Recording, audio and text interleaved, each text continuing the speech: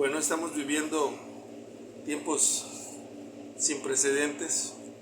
Tenemos una afirmación, vamos a empezar a decir la respuesta de la pregunta si en México existe una dictadura. Y la respuesta es sí, es obvio. Y me voy a basar en hechos notorios que no necesitan probarse desde el punto de vista jurídico. El Poder Judicial es la dictadura en México, por muchas cuestiones.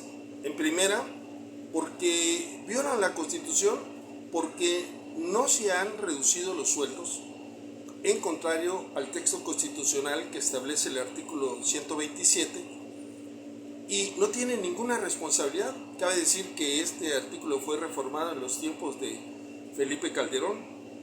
Otra de las cuestiones graves de este Poder Judicial es que anula leyes que han sido aprobadas democráticamente por los órganos competentes, únicamente basándose en la forma y no en el fondo, violando el artículo 17 de la Constitución, que se dice que debe privilegiarse el fondo por la forma. Liberan a presuntos criminales, tanto del cuello blanco como del cuello negro. Hay un excesivo nepotismo y corrupción en el Poder Judicial que es evidente. En sí mismo el nepotismo es una forma de, podríamos decir, de corrupción. Existe una violación a los derechos humanos, con las restricciones constitucionales que no me canso de decirles que este año cumplen 10 años. Y la Corte ha imperado ese criterio que no se debe aplicar los derechos convencionales si la Constitución establece ya un derecho humano. Contrario a lo que dice el artículo primero, que dice que tanto los tratados internacionales de derechos humanos como los derechos humanos de la Constitución son exigibles por los mexicanos o por los habitantes que estamos en este país. Y por lo tanto también hay una impunidad, es decir, un castigo. ¿Cuántos jueces han sido acusados de corrupción? ¿Cuántos jueces han sido acusados de acoso sexual? Magistrados. Y únicamente lo que hacen es suspenderlos y a veces ni tocan un día la cárcel. E inmediatamente son prácticamente perdonados y nada más regresan a su cargo a exigir profesando esta cultura de dispraxis jurídica.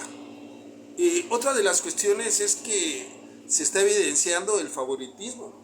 Supuestamente se fueron a paro ilegal, violando la propia Constitución y las propias convenciones, sobre todo en materias específicas como el derecho a la protección de la familia. Si no, veamos el artículo 29 y 27 de la Constitución y de la Convención respectivamente, pero no les importa, ellos no defienden la autonomía judicial, defienden sus privilegios, defienden sus cargos, porque ¿dónde les van a pagar más si ellos mismos son los que se fijan sus salarios? Y además atentan contra la independencia judicial, porque fue evidente que la Suprema Corte de Justicia presionó al Tribunal Electoral de la Federación para que determinara una decisión contraria a las elecciones que se llevaron a cabo el 2 de junio.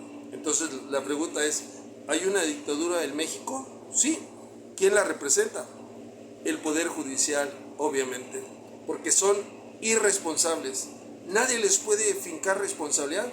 Pueden inventar inclusive amparos notoriamente improcedentes, que entre pares, entre ellos mismos, un juez de distrito le dice, oye, ampárame, y el otro juez del distrito le dice, sí, claro. Y como se han dado cuenta de sus cuestiones irracionales, ahora quieren involucrar a la Suprema Corte de Justicia de la Nación, que desde luego recibieron línea, es obvio, por sentido común, para tomar esas decisiones. Bueno, la dictadura judicial existe en México. Esperemos pronto se acabe. Hasta pronto.